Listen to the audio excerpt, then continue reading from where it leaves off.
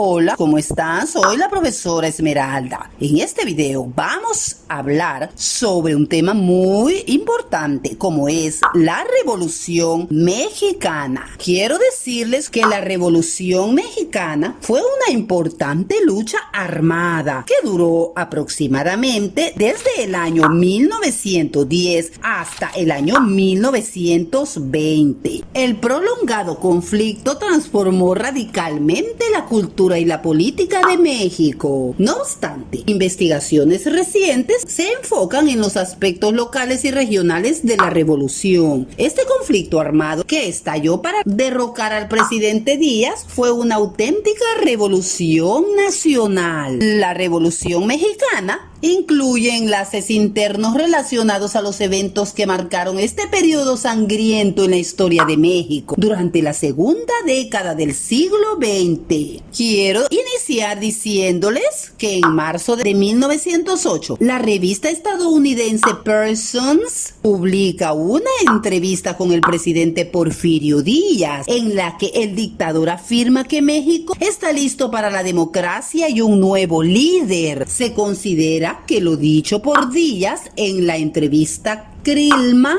contribuyó posteriormente al estallido de la Revolución Mexicana. El 22 de mayo de 1909 se funda el Partido Nacional Antirreeleccionista bajo el lema sufragio efectivo, no reelección, postulando como candidato a la presidencia a Francisco I. Madero. Quiero hacerles una aclaración con el nombre de Francisco I. Madero. El supuesto segundo nombre de Madero es otro más de los mitos que flotan alrededor del iniciador de la Revolución Mexicana. En una aclaración publicada en 2006 en el website de la Presidencia de la República, el historiador Alejandro Rosas explica que la leyenda del segundo nombre del apóstol de la democracia tiene un origen indeterminado, pero claramente fue posterior a su asesinato el 22 de febrero de 1913. Corrió el rumor que la I era de Inocencio por la ingenuidad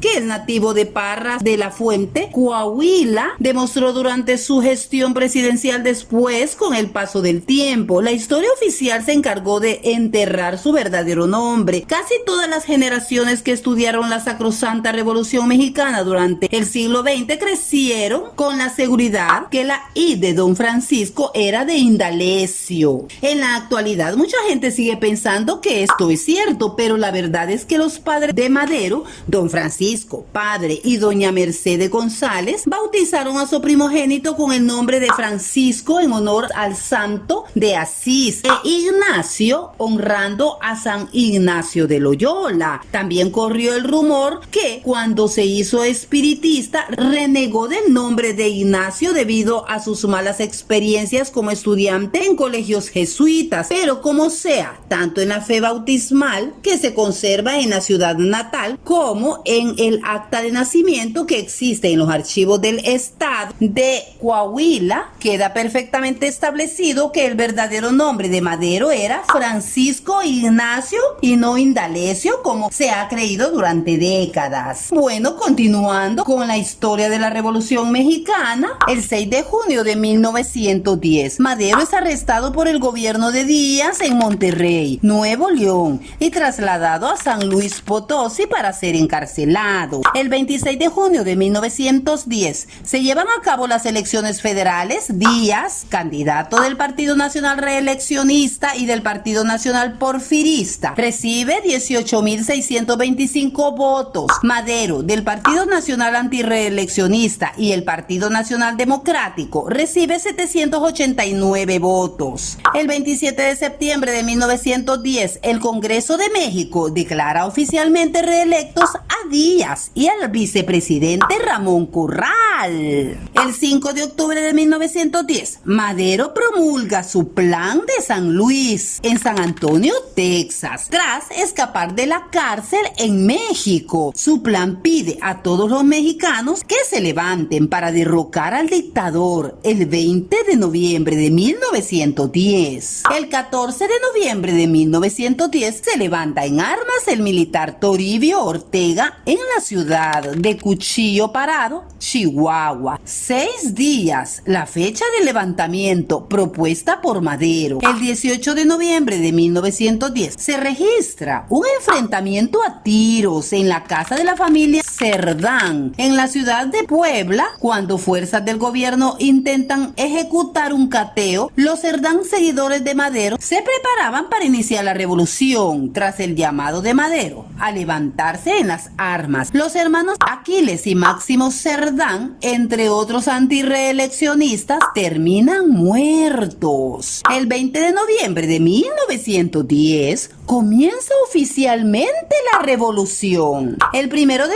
diciembre de 1910, Díaz inicia su 8º periodo presidencial para el siguiente sexenio. A finales de 1910, Madero convence a Pascual Orozco y Francisco Pancho Villa a unirse a la revolución. En marzo de 1911, Emiliano Zapata lidera el levantamiento de campesinos en el estado sureño de Morelos a favor de los derechos de la tierra y el agua. Simultáneamente estallan revueltas armadas en otras partes de México. El 10 de mayo de 1911, Orozco y Villa toman Ciudad Juárez, Chihuahua. El 21 de mayo de 1911, Madero firma el Tratado de Ciudad Juárez con el gobierno de Díaz, un acuerdo de paz que pone fin a la lucha entre las fuerzas del revolucionario y el dictador. Concluye la fase inicial de la revolución. El 7 de junio de 1911, decenas de miles de personas reciben a Madero en su entrada triunfal a la Ciudad de México. El 6 de noviembre de 1911, Madero es elegido presidente de México. El 2 de marzo de 1912, Pascual Orozco lidera la revolución contra Madero en Chihuahua a lanzar el plan de la empacadora. El general Victoriano Huerta,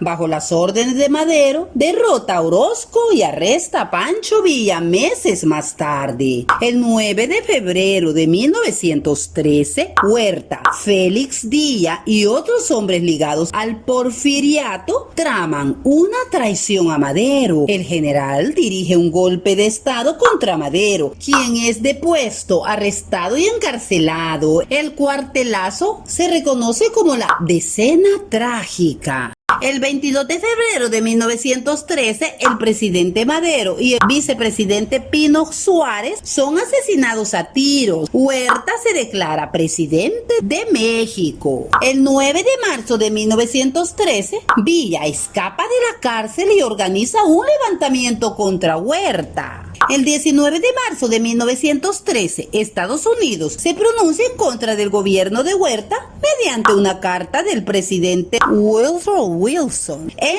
la que declara que su país solo reconocería gobiernos establecidos de manera constitucional y moral y que no reconocería a aquellos que hubiesen llegado al poder usando la violencia. El 26 de marzo de 1913, Venustiano Carranza, gobernador de Coahuila, decreta el Plan de Guadalupe, un manifiesto político en protesta del derrocamiento y muerte de Madero. El plan denuncia la usurpación de Huerta y propone la restauración de un gobierno constitucional. El 30 de mayo de 1913, Zapata declara oficialmente la guerra a Huerta.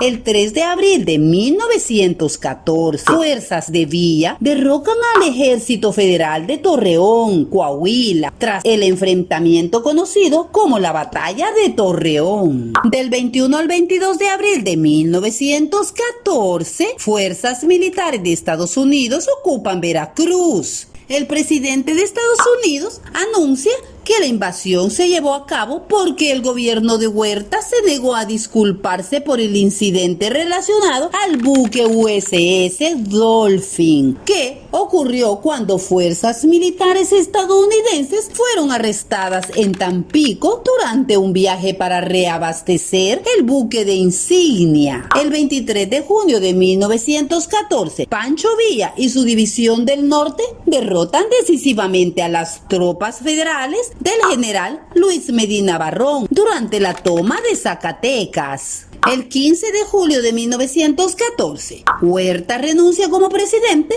y huye a Europa en un barco alemán. El 14 de agosto de 1914, Carranza es declarado primer jefe y convoca a la lucha tanto a Villa como a Zapata. Álvaro Obregón lidera el ejército de Carranza. En octubre a noviembre de 1914 se lleva a cabo la Convención de Aguascalientes entre las facciones revolucionarias que derrotan a Huerta. La convención es convocada por Carranza, jefe del ejército constitucionalista, y tiene lugar en Aguascalientes del 10 de octubre al 9 de noviembre. Noviembre de 1914, Estados Unidos da fin a su ocupación en Veracruz. El 6 de enero de 1915, Carranza promulga en Veracruz la ley agraria, ordenando la restitución de tierras a los pueblos. El 13 de abril de 1915, partidarios de Carranza, liderados por Obregón,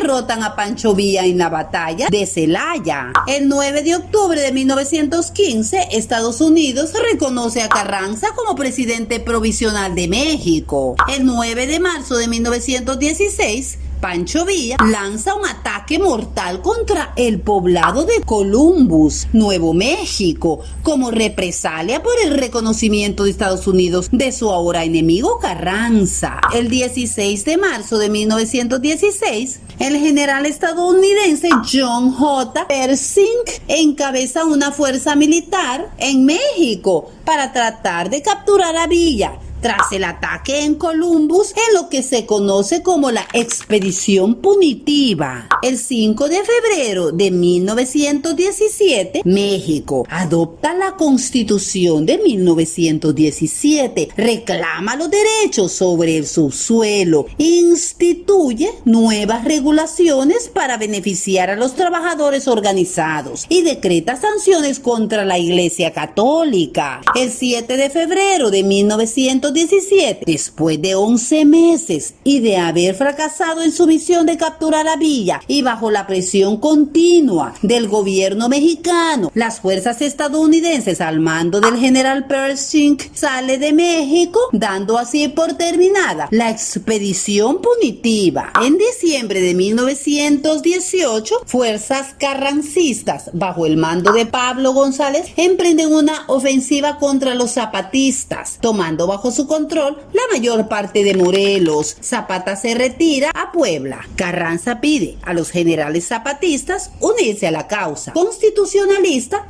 a cambio del perdón. El 10 de abril de 1919, Zapata es asesinado en una emboscada en su estado natal de Morelos. El 1 de junio de 1919, Obregón anuncia su campaña para la presidencia de México. El 23 de abril de 1920, por medio del Plan de Agua Prieta, Obregón se declara contra Carranza, cuyo apoyo decrece. El 21 de mayo de 1920, Carranza es asesinado en Puebla tras huir de la Ciudad de México. El 5 de septiembre de 1920, Obregón es elegido presidente. El 1 de diciembre de 1920, Obregón toma juramento como presidente. La revolución llega a su fin. Bueno, quiero decirles que la Revolución Mexicana, además de sentar las bases para la creación de un nuevo modelo de leyes progresistas, democráticas y populares, modificó el mundo de las finanzas y la economía. Entre las aportaciones que trajo consigo el movimiento armado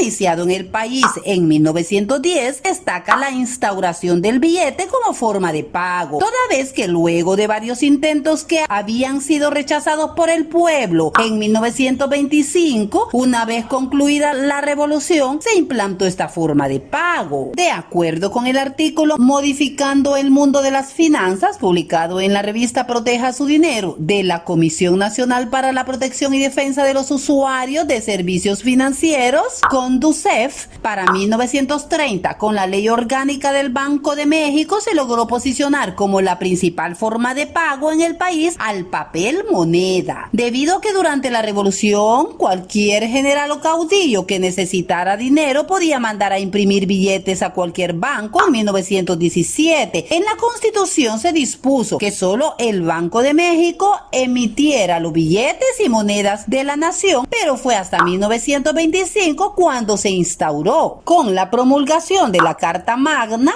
también se estableció el derecho a un salario fijo, y en 1933 la propia Ley Federal del Trabajo reforzó la idea de un sistema de fijación de los salarios mínimos constituido por comisiones especiales integradas en cada municipio. Otro derecho que ganaron los mexicanos tras el conflicto armado fue la creación de la Ley General de Pensiones Civiles de Retiro, que establece que todo trabajador que cotice en el Seguro Social deberá tener derecho a una pensión al momento de su retiro. Ello fue posible tras la promulgación de dicha ley, la cual realizó el 12 de agosto de 1925. Bueno, de esta forma, la Revolución Mexicana tuvo como consecuencia la transformación de las finanzas del país, toda vez que después del conflicto social se crearon instituciones financieras vigentes en la actualidad. Bueno, esto ha sido un pequeño resumen histórico sobre la Revolución Mexicana. Nos seguiremos viendo en los siguientes videos. Bye bye.